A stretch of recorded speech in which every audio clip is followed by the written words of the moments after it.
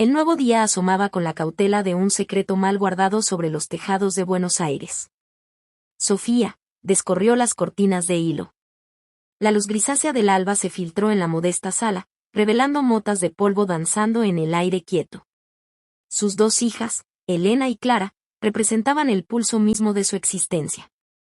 Elena, la mayor, soñaba quizás con los libros que devoraba, con un futuro más vasto que los límites de su departamento. Clara, la menor, era la imagen de la inocencia, ajena a las mareas que agitaban el hogar. El aroma del café recién molido apenas lograba disipar la punzada de inquietud que Mercedes, su hermana, había sembrado la tarde anterior. Mercedes, con su elegancia siempre un punto por encima de lo que su fortuna permitía, había aparecido sin previo aviso. Sus palabras, siempre hilvanadas con una dulzura engañosa, eran como agujas finas.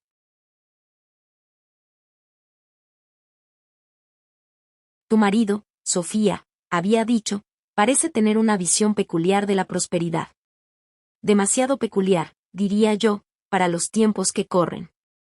¿Es que aún cree que la honradez paga las cuentas en esta ciudad? Sofía había sentido el rubor ascender por sus mejillas, pero se había contenido, aunque por dentro sus nervios danzaban una giga furiosa. Y aunque Sofía intentaba desechar la insinuación como una mera malicia, una pequeña astilla de duda ya se había alojado en su corazón. Él, Martín, era un hombre de principios sólidos, o así le gustaba presentarlos, una fortaleza que, para Sofía, se había transformado en una muralla infranqueable. Confía en mí, Sofía, repetía él, un hombre de bien no compromete sus ideales por meros caprichos del mercado. Pero Sofía no veía caprichos, veía la necesidad de pagar el alquiler, de comprar los libros de Elena, los pequeños caprichos de Clara. La ciudad despertaba fuera, Sofía comenzaba su propio día envuelto en una tenue neblina de incertidumbre. Tomó la taza de café, tibia entre sus manos, y observó la ventana. Un rayo de sol se colaba entre los edificios, prometiendo un calor que el día aún no sentía. La mañana avanzaba, y con ella, el bullicio doméstico. Elena ya estaba sumida en sus libros de texto en la mesa de la cocina, mientras Clara, con sus pequeñas manos ágiles, apilaba cubos de madera en un rincón, ajena a las sutilezas de la atmósfera que envolvía a su madre. Sofía, con la mente dividida entre la lista del supermercado y las palabras punzantes de Mercedes, se dirigió a la despensa. Allí, entre los frascos de mermelada casera y los paquetes de arroz, encontró lo que buscaba, la libreta de tapas desgastadas donde Martín solía apuntar los gastos del hogar. Había algo en su peso, en el roce de las páginas, que siempre le había transmitido una extraña sensación de control.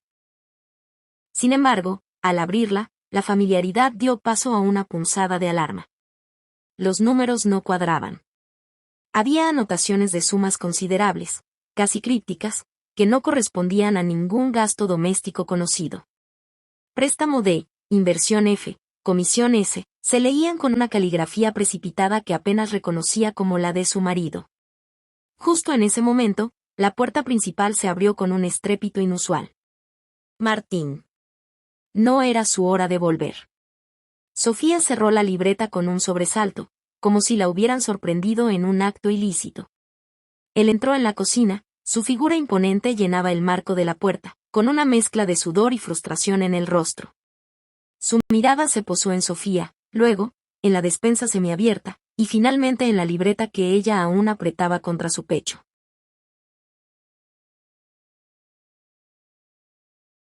¿Qué haces con eso, Sofía? Su voz era más áspera de lo habitual, desprovista de la usual afectación de hombre de bien. Sofía sintió un nudo en la garganta. La verdad se le atascaba en la boca. Solo, revisaba la lista de la compra, balbuceó, sintiendo el rubor encenderle las mejillas. Martín dio un paso hacia ella, y el pequeño espacio de la cocina pareció encogerse. «Sabes que esos son asuntos míos», dijo, extendiendo una mano para tomar la libreta. Había una tensión en sus hombros, una rigidez en su mandíbula que Sofía no había visto en mucho tiempo. Los negocios son complejos, Sofía. No es algo para que te preocupes. Pero Martín, las cuentas. Mercedes estuvo aquí, y... La mención de su hermana fue un error, lo supo al instante. Los ojos de Martín se endurecieron. Tu hermana es una entrometida. y en cuanto a las cuentas, te he dicho que estoy manejando un proyecto importante. Necesito tu confianza, no tu escrutinio. Tomó la libreta con una firmeza que no admitía réplica. Todo está bajo control. Pero Sofía sabía que no era así. Las palabras de Mercedes cobraban un eco ominoso, y los números crípticos en la libreta danzaban en su mente. La atmósfera en la cocina se había vuelto densa, cargada de una verdad no dicha. El conflicto, latente durante tanto tiempo bajo la superficie de la vida cotidiana, finalmente había emergido, dejando a Sofía de pie en el centro de su propia incertidumbre, con el sabor amargo de una revelación inminente. Ya era mediodía, pero la luz que entraba por la ventana no lograba disipar la sombra que la discusión había proyectado. Martín, después de su arrebato, se había encerrado en el estudio, un santuario de papeles y silencios desde el que, Sofía sabía, controlaba su mundo y, en gran medida, el de ellas. Elena, con la perspicacia de sus 14 años, notó la rigidez en la postura de su madre. Dejó a un lado su libro de historia, cuyas batallas le parecían de pronto menos complejas que las que se libraban en su propia sala. «Mamá, ¿está todo bien?», preguntó, su voz suave como un murmullo, pero cargada de una preocupación adulta que no le correspondía. Clara, sintiendo el cambio en la atmósfera, dejó de apilar sus cubos y se acercó a Sofía, aferrándose a su pierna, buscando el consuelo que siempre encontraba en el tacto de su madre. Sofía sintió una punzada de dolor. ¿Cómo protegerlas de las grietas que comenzaban a aparecer en los cimientos de su hogar? Miró a Elena, cuyos ojos reflejaban una inteligencia inusual para su edad, y supo que no podía mentirle del todo. Tu padre está preocupado por los negocios, cariño. Son tiempos difíciles para todos. Era una verdad a medias, una cortina de humo para ocultar el laberinto de números y sospechas que la asfixiaba.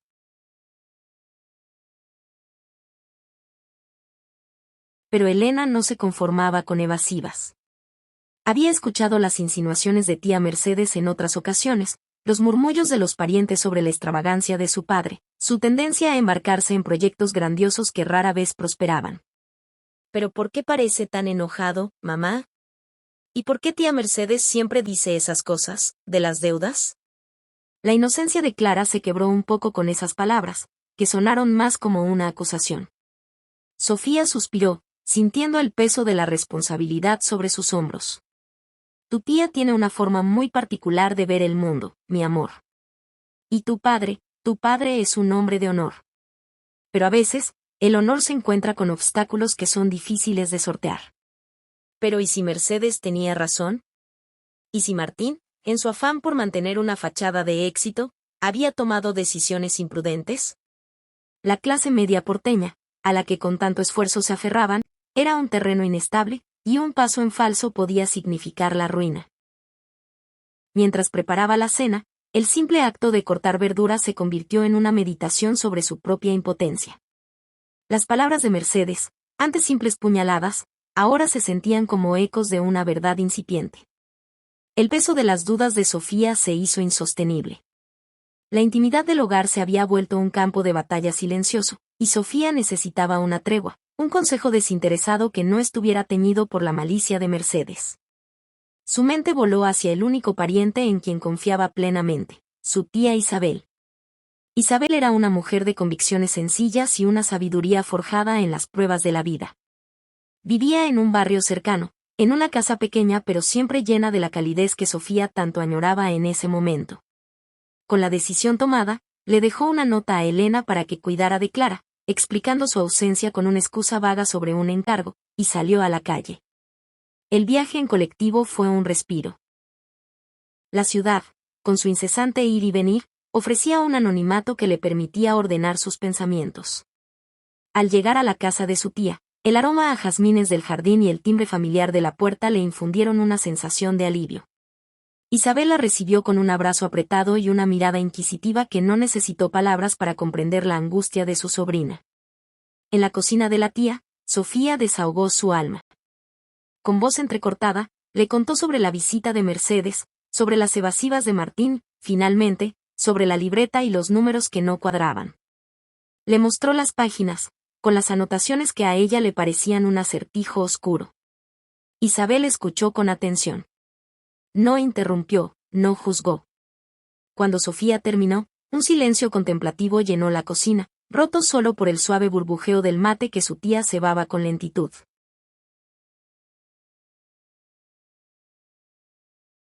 Mi querida Sofía, comenzó Isabel, su voz calmada y firme. Tu marido, por muy bueno que sea su corazón, a veces se extravía en sus propios laberintos. Hizo una pausa, ofreciéndole un mate humeante. Esas anotaciones me suenan a algo que un primo nuestro intentó hace años. Un negocio de oportunidades rápidas que resultó ser, solo eso, demasiado rápido para ser bueno. Pero, ¿qué hago, tía? Él no me escucha. Y no quiero que las niñas, que todo se venga abajo. Isabel tomó la mano de Sofía, sus dedos ásperos pero reconfortantes. La verdad, por más dolorosa que sea, siempre es mejor que la incertidumbre, Sofía. Pero no puedes ir a ciegas. Necesitas pruebas, o al menos un entendimiento claro de lo que está ocurriendo. Un hombre de finanzas, un contador, alguien ajeno a los afectos y a las intenciones de Mercedes, podría darte luz sobre estos números.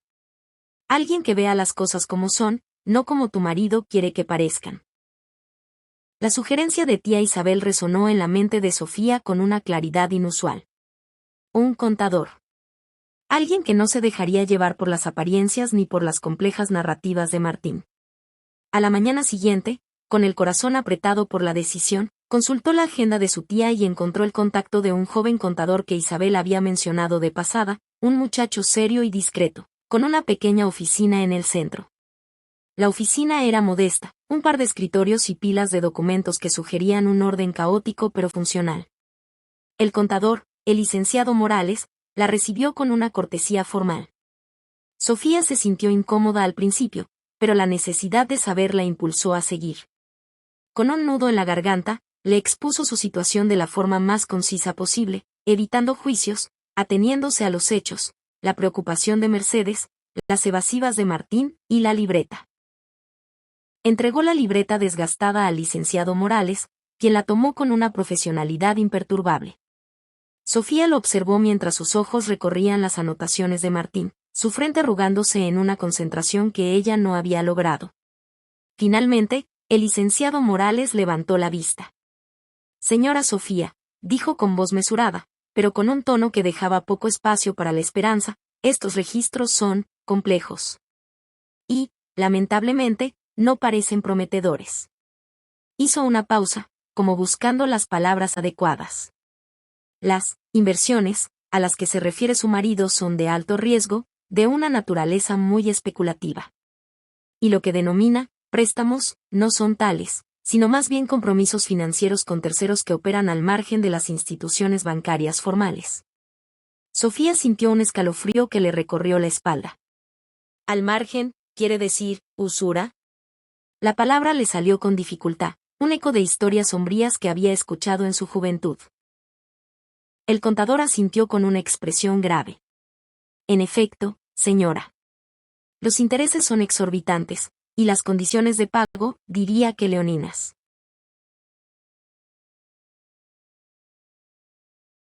Parece que su marido ha estado tomando dinero de fuentes muy poco fiables, con la esperanza de un golpe de suerte que, francamente, es altamente improbable. Señaló una entrada en particular. Este préstamo parece ser el más reciente y el más abultado. Y, por el plazo estipulado, el vencimiento es inminente. No hay margen para el error, ni para más dilaciones. El viaje de regreso a casa fue un torbellino de emociones para Sofía.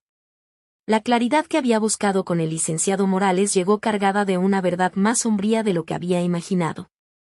Cuando llegó al departamento, el silencio parecía aún más denso que por la mañana. Elena ayudaba a Clara a vestirse para la tarde. Ambas la miraron con curiosidad, notando la rigidez en sus hombros. Sofía les dio un beso en la frente, con la promesa silenciosa de que las protegería de la tormenta que se avecinaba. Martín estaba en el salón, inmerso en el periódico, su figura como siempre, imponente, impenetrable. Sofía sintió el frío acero de la determinación. Ya no había espacio para la sutileza. El destino de su familia dependía de ese momento. Se paró frente a él, las manos temblándole ligeramente, pero su voz, para su sorpresa, salió firme. Martín, necesitamos hablar. Ahora. Él bajó el periódico lentamente, su expresión transitando de la sorpresa a esa familiar rigidez que Sofía también conocía. Sofía, te he dicho que estoy ocupado. Los negocios no son para que te... No son para que me preocupe, interrumpió ella, su voz ganando fuerza. ¿Pero y las niñas? ¿Y la casa? ¿También son preocupaciones que debo ignorar mientras tú hundes a nuestra familia en deudas con usureros? La palabra usureros pareció golpearle. Martín se levantó de golpe, el periódico resbalando de sus manos al suelo. Su rostro se descompuso en una mezcla de ira y asombro. ¿De qué hablas? ¿Quién te ha dicho semejantes mentiras? ¿Ha sido tu hermana, esa víbora entrometida? Su voz, antes controlada, ahora resonaba con furia contenida. No, Martín. No fue Mercedes, respondió Sofía, sacando la libreta del bolso y dejándola caer sobre la mesa de café entre ellos, el sonido amortiguado resonando en el silencio. Se acercó a la mesa, señalando las anotaciones con un dedo tembloroso pero decidido. Estos, préstamos, Martín. Estos intereses. Esto no es un negocio. Esto es un precipicio. Y el plazo de ese préstamo se vence pronto. ¿Cómo piensas pagar eso? ¿Cómo piensas protegernos de quienes te han prestado ese dinero? Martín retrocedió un paso, sus ojos fijos en la libreta, luego en ella. Su mirada, la de un hombre acorralado, cuya fachada finalmente se había derrumbado. El silencio entre ellos se hizo pesado, con la certeza de que su vida, tal como la conocían, ya no volvería a ser la misma. Martín se desplomó en el sillón, el rostro pálido y la mirada perdida en un punto incierto más allá de la ventana. Su voz, cuando finalmente habló, era un susurro ronco, desprovisto de su habitual autoridad.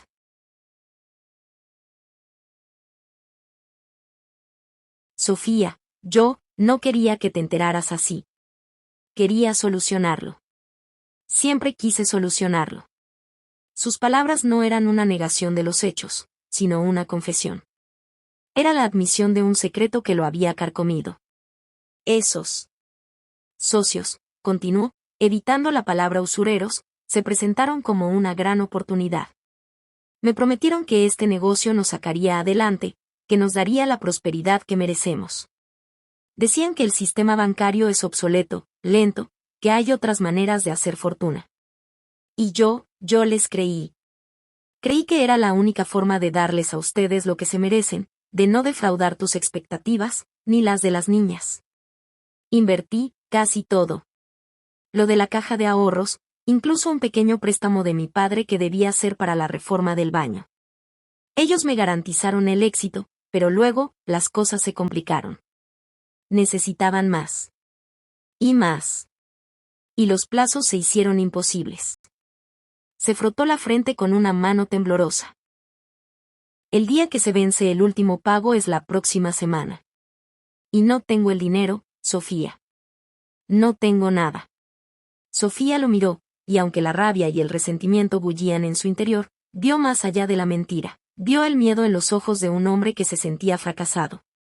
En ese instante, la dureza de la verdad se mezcló con la compasión, por las niñas, por su futuro, y sí, también por el hombre que, a su manera errada, había intentado salvarlos. La confesión de Martín no trajo alivio, sino una oleada abrumadora de pánico. Sofía había vislumbrado el abismo, pero ahora lo sentía rugir a sus pies. Su mente se llenó de un zumbido, de imágenes fragmentadas, las caras de sus hijas, Elena con sus libros, Clara con sus muñecas, el departamento que, con tanto esfuerzo, habían convertido en hogar, la mirada triunfante de Mercedes, confirmando sus peores sospechas. Se llevó las manos a la cabeza, como si quisiera detener el torbellino de pensamientos. No podía mirar a Martín. Su desesperación no era una súplica, sino la prueba de su propia ceguera, de su obstinación. Las lágrimas no acudieron a sus ojos, solo un nudo gélido en el pecho. ¿Cómo era posible que la hubiese arrastrado a esto? ¿Cómo podría haberse equivocado tanto en su juicio, en su confianza? No tengo nada, repitió Sofía, la voz apenas un susurro, pero cargada de una incredulidad dolorosa. ¿Cómo pudiste, Martín? ¿Cómo pudiste ser tan irresponsable? Nos has puesto a todos en peligro. A las niñas, a nosotras. La última frase la pronunció con una amargura que perforó el aire. No puedo con esto. No sé qué hacer. Ya no había un rumbo claro, solo una oscuridad que se cernía, y Sofía se sentía sola, completamente abrumada, sin saber por dónde empezar a levantar los escombros de lo que una vez fue su vida. El abrumador torbellino de la desesperación no tardó en dar paso a una fría determinación en el corazón de Sofía.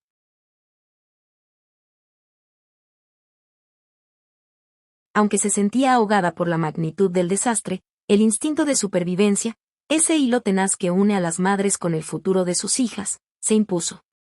No había tiempo para el lamento. El primer paso era el más difícil, aceptar la realidad de la ruina y la imperiosa necesidad de un plan. Se levantó de la mesa, dejando a Martín a solas con su derrumbe. Se dirigió a la cocina, buscando la familiaridad de sus tareas cotidianas como un ancla en la tormenta.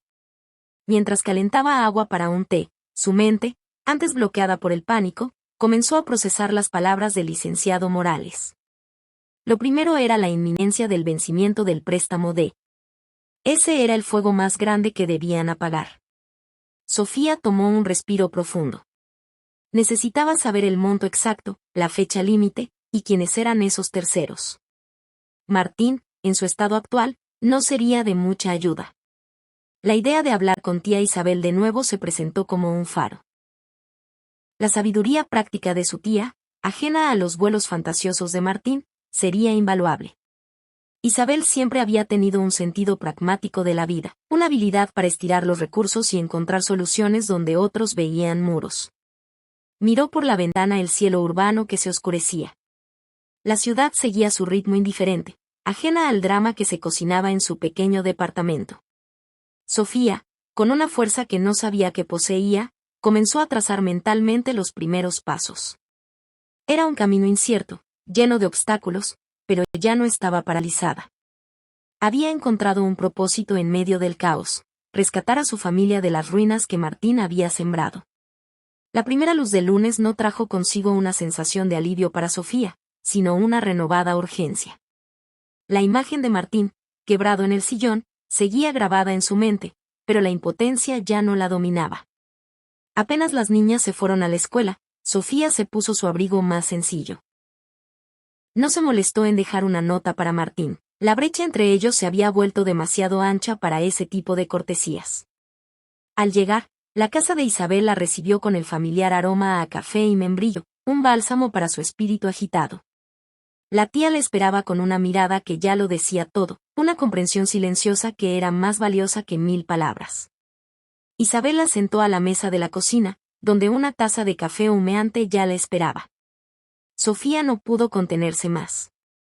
Las palabras brotaron, atropelladas, confesando la magnitud de la imprudencia de Martín.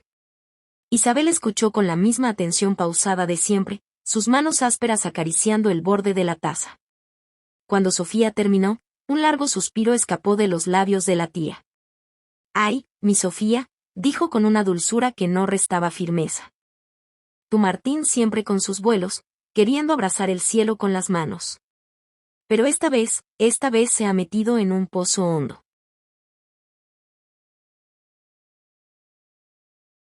La tía no minimizó la gravedad de la situación, ni culpó a Sofía. Necesitamos pensar con cabeza fría. Lo primero es proteger lo poco que queda. Y lo segundo, buscar una salida, por más pequeña que parezca. ¿Qué te dijo el contador sobre ese préstamo? ¿Hay algún margen de negociación? Sofía le detalló lo que el licenciado Morales había explicado. Bien, dijo finalmente, con una determinación que Sofía no esperaba. Este es un problema grande, pero no es el fin del mundo. No podemos quedarnos de brazos cruzados. Sé de un viejo amigo de tu padre, don Ernesto. Él fue bancario toda su vida, conoce los vericuetos del dinero y de la gente. Quizás pueda darnos una orientación, un contacto, algo que nos dé un respiro antes de que esos socios, de Martín llamen a la puerta. La idea de don Ernesto, un hombre respetable y conocedor, ofreció a Sofía un nuevo rayo de esperanza. No era una solución, pero era un camino. Esa misma tarde, ambas mujeres se dirigieron a casa de don Ernesto. El viejo bancario vivía en una calle arbolada de un barrio tradicional, en una casa que conservaba el aire de otras épocas, con sus persianas de madera y su pequeño jardín cuidado. Don Ernesto, un hombre octogenario de mirada vivaz y modales pausados, las recibió en su estudio, un espacio ordenado y acogedor, impregnado con el aroma a papel viejo y tabaco. Isabel, con su habitual franqueza, expuso la delicada situación de Sofía y Martín, omitiendo, por discreción, los detalles más humillantes, pero dejando clara la naturaleza de las deudas y la inminencia del problema. Sofía, con la libreta de Martín en sus manos, agregó los pocos detalles que conocía sobre los acreedores y las fechas. El ambiente en el estudio se volvió denso con la gravedad del asunto. Don Ernesto escuchó con una atención serena, su mirada analizando cada palabra, cada gesto. No interrumpió, solo de vez en cuando un leve asentimiento indicaba que seguía el hilo de la compleja trama. Cuando terminaron, se reclinó en su sillón, sus ojos fijos en el vacío por un momento, como si estuviera consultando un vasto archivo mental de experiencias. Sofía, mi querida, comenzó don Ernesto, su voz era grave, pero no exenta de una calidez reconfortante, tu marido ha caído en una trampa muy vieja. Los préstamos que mencionas no son sino el inicio de un camino sin retorno para muchos. Esas personas no buscan la prosperidad de sus socios, sino su desgracia. Su negocio es la desesperación ajena. Un escalofrío recorrió la espalda de Sofía, confirmando sus peores temores. La buena noticia, continuó don Ernesto, y Sofía se aferró a esas palabras, es que en este país, incluso los tratos más oscuros dejan un rastro. Lo primero que deben hacer es no hacer un solo pago más a esas personas. Cualquier pago solo confirmará su control y los alentará a exigir más. Sé que parece contraintuitivo, pero es crucial.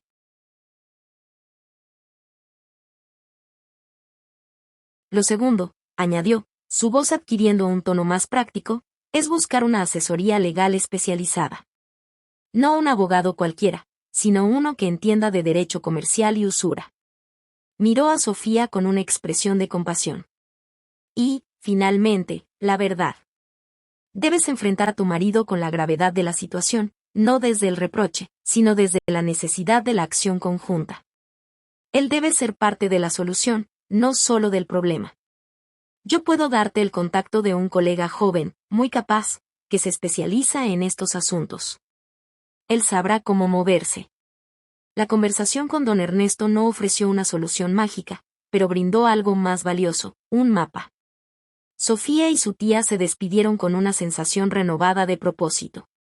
Con la dirección del abogado en mano, un nombre escrito con letra firme por don Ernesto en un pequeño papel, Sofía y tía Isabel se movilizaron sin tardar. No había tiempo para dilaciones, ni para la vana esperanza de que Martín, por sí solo, encontrara una salida a la red de usura en la que se había enredado. El doctor Ramiro Ortiz tenía su despacho en un edificio antiguo del microcentro, donde el murmullo de la ciudad se colaba por los ventanales. Sofía expuso la situación. Habló de las inversiones, de los préstamos y de los vencimientos inminentes. La tía Isabel, sentada a su lado, asentía y agregaba detalles que Sofía, en su angustia, podría haber omitido. El doctor Ortiz escuchó con atención, interrumpiendo solo para hacer preguntas precisas sobre fechas, montos y los nombres, o apodos, de los supuestos socios de Martín. Cuando Sofía terminó su relato, el abogado se reclinó en su silla, entrelazando las manos. Señora Sofía, comenzó, su voz resonando con una autoridad tranquila, la situación es grave, no voy a negarlo. Las personas con las que su marido se ha involucrado operan en los márgenes de la ley, o directamente fuera de ella. Suelen ser implacables. Sin embargo, continuó el doctor Ortiz, no todo está perdido. Primero, necesitamos documentar todo, cada pago, cada comunicación, cualquier amenaza. Y lo más importante, debemos enviar una carta documento a estos individuos, negando el reconocimiento de la deuda por su carácter usurario y exigiendo el detalle de lo efectivamente prestado, sin intereses ilegales. Esto los pondrá a la defensiva, explicó. Y nos dará un margen de maniobra. Es un primer paso legal formal que deja en claro nuestra posición. Luego, buscaremos negociar bajo nuestros términos, o bien, si es necesario, llevar el caso a la justicia. Pero le advierto, este será un proceso largo y complejo. Requerirá de su tempel y su paciencia. Y su marido, el doctor Ortiz la miró directamente, debe estar al tanto de cada paso. Necesitaremos su colaboración. Por difícil que sea, la única forma de salir de esto es juntos. El regreso de Sofía al departamento se sintió diferente. La conversación con el doctor Ortiz, la frialdad calculada del plan legal, había infundido en ella una nueva fortaleza.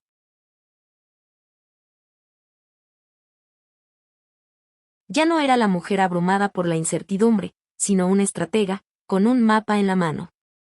Martín estaba en el salón, sentado en la misma posición de antes, el periódico en el suelo a su lado, su mirada perdida. La imagen del hombre quebrado, sin embargo, ya no provocaba en Sofía la misma desesperación. Había un plan. Y en ese plan, por doloroso que fuera, Martín debía ser parte. Sofía tomó asiento frente a él, la respiración profunda. Martín, dijo, su voz tranquila, pero con una firmeza que él no le había escuchado en mucho tiempo. Fui a ver a un abogado. El doctor Ortiz. La mención de un abogado pareció sacudir a Martín de su letargo. Levantó la vista con una mezcla de sorpresa a algo de temor. Un abogado. Sofía, ¿qué has hecho? No podemos, no tenemos para eso. No tenemos para no hacerlo, Martín, le interrumpió ella, sosteniendo su mirada. He hablado con tía Isabel, y ella con don Ernesto. Él nos ha recomendado al doctor Ortiz. Y la verdad es esta. Estamos en un pozo muy hondo. Tus socios no son tales. Son usureros. Y el plazo para el préstamo está encima. Sofía le explicó el plan del doctor Ortiz. Mientras hablaba, ella observaba cada reacción de Martín, preparada para su habitual intransigencia, para una nueva explosión de ira o negación. Pero lo que vio fue diferente. A medida que Sofía desgranaba los detalles, la rigidez en el rostro de Martín no aumentó, sino que se fue suavizando. La furia se transformó en una reflexión profunda. La sombra de la desesperación no desapareció del todo, pero se mezcló con algo nuevo, la aceptación.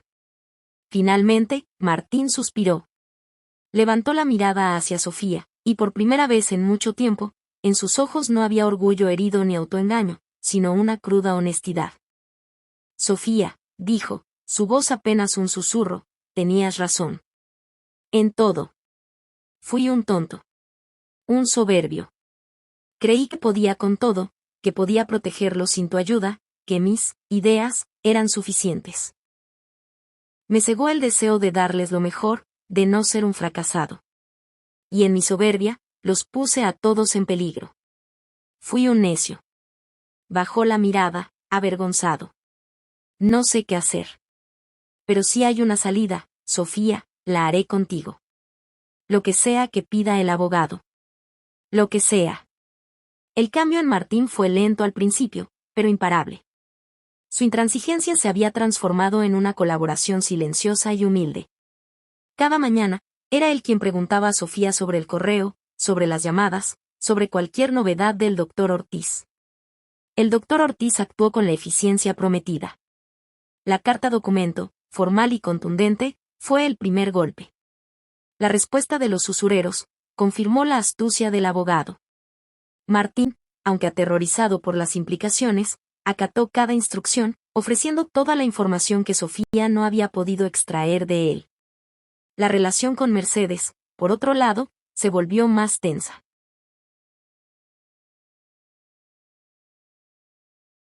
Al ver el frente unido de Sofía y Martín, y al no poder sembrar más discordia, la hermana de Sofía optó por una frialdad distante, teñida de una falsa preocupación que no engañaba a Sofía.